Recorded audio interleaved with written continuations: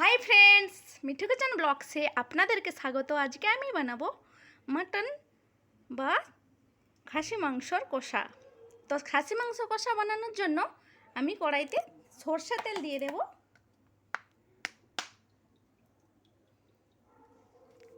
प्रथमे आमी आलूटा भेजे नेब।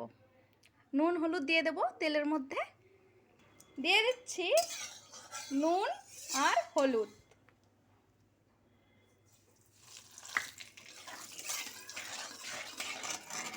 দিয়ে দেব আলু।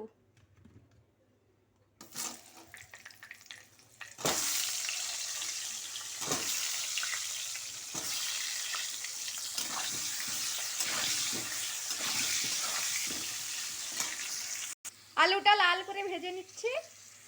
আলুটা ভাজা হয়ে গেছে, নামিয়ে নিয়েছি। তো খাসি মাংসর রান্না করার জন্য লাগছে আদা রসুন বাটা, পেঁয়াজ কুচি, কাঁচা লঙ্কা চেরা, টমেটো কুচি, ছোট এলাচ বড় এলাচ থেতো করে রেখেছি। লাগছে গোটা লঙ্কা, তেজপাতা, দারচিনি আর লবঙ্গ, জিরে, গোলমরিচ। এগুলোকে আমি ফোড়নে দেব। তো তেলটা গরম হয়ে গেছে, এর মধ্যে আমি গোটা মশলাগুলো দিয়ে দেব। এর উপরে দিয়ে দেব পেঁয়াজ কুচি।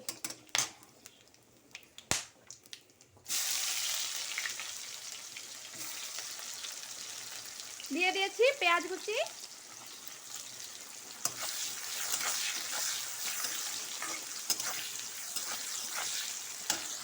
হালকা বাদামি করে ভাজবো পেঁয়াজটাকে। ছোট এলাচ আর বড় এলাচটা এখন দেব।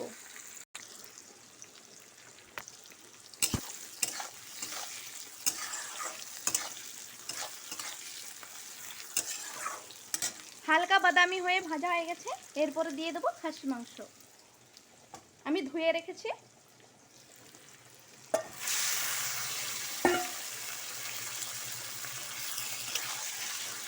এটা একটু পেঁয়াজের সাথে ভাজা ভাজা হয়ে যাবে।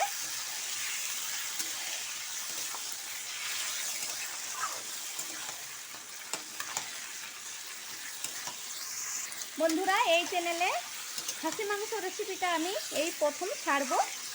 প্লিজ আপনারা পুরো ভিডিওটা দেখবেন, স্কিপ করবেন না।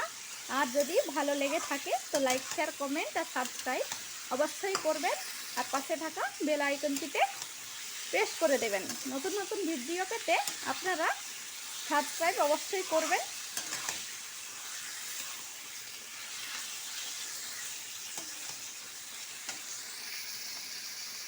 মাংসটা একটু তেলের মধ্যে নেড়ে নিলে কি হয়, রান্নাটা প্রচুর টেস্ট হয়। আপনারা অনেক রকম খাসি মাংস খেয়েছেন, তো আমি আজকে অন্যরকমভাবে বানাচ্ছি। প্লিজ আপনারা দেখবেন। আমি এতে দই দেব না, আপনাদের পছন্দ হলে আপনারা দেবেন। এইবার আমি দিয়ে দেব আদা রসুন বাটা,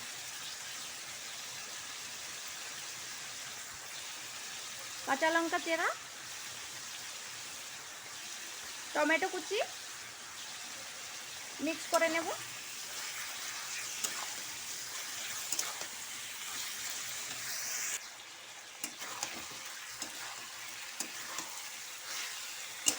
কিছুক্ষণ নেড়ে চেড়ে নিয়েছি, 5 মিনিটের মতো।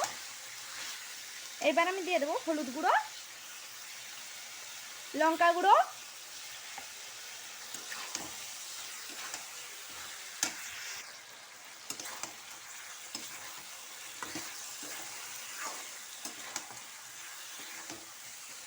দিয়ে দেবো ভেজে রাখা আলু।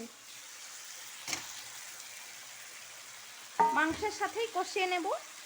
দিয়ে দিচ্ছি পরিমাণ মতো নুন। এইবার আমি 20 মিনিট ধরে এই মাংসটাকে ভালো করে কষাবো।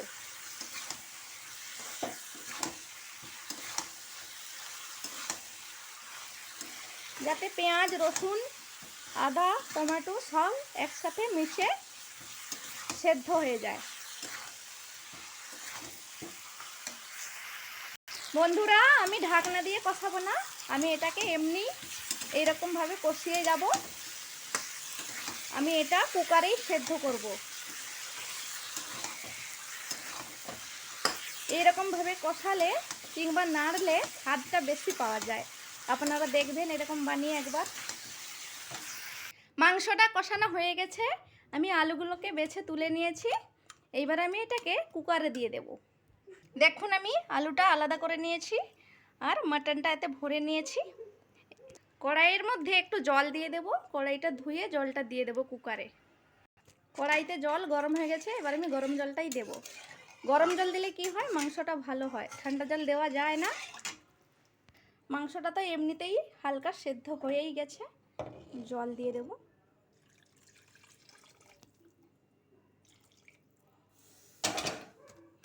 মিক্স করে দেব।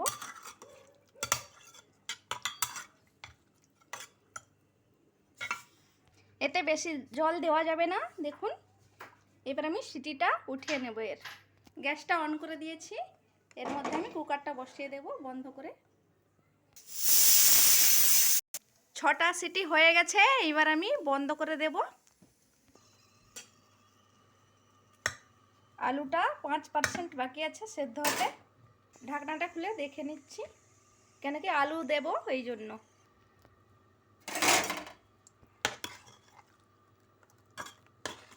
মাংসটা সেদ্ধ হয়ে গেছে, এর মধ্যে আমি আলু দিয়ে 2টো সিটি মেরে নেব।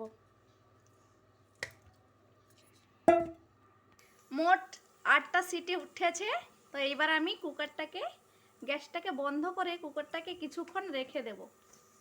এইবার আমি ঢাকনাটা খুলে দেখাচ্ছি আপনাদের।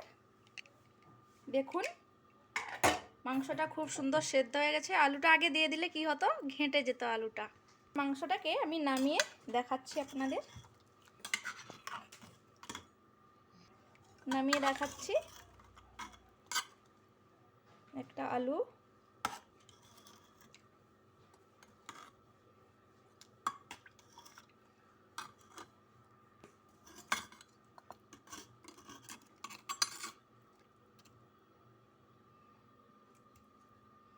দেখুন কত সুন্দর সেদ্ধ হয়েছে।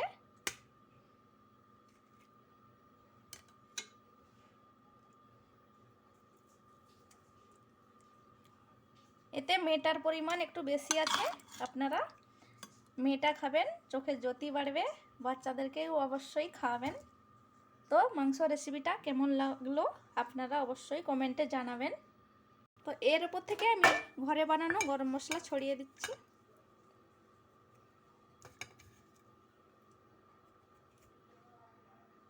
তো আজকের মতো রেসিপিটা এখানেই শেষ করলাম।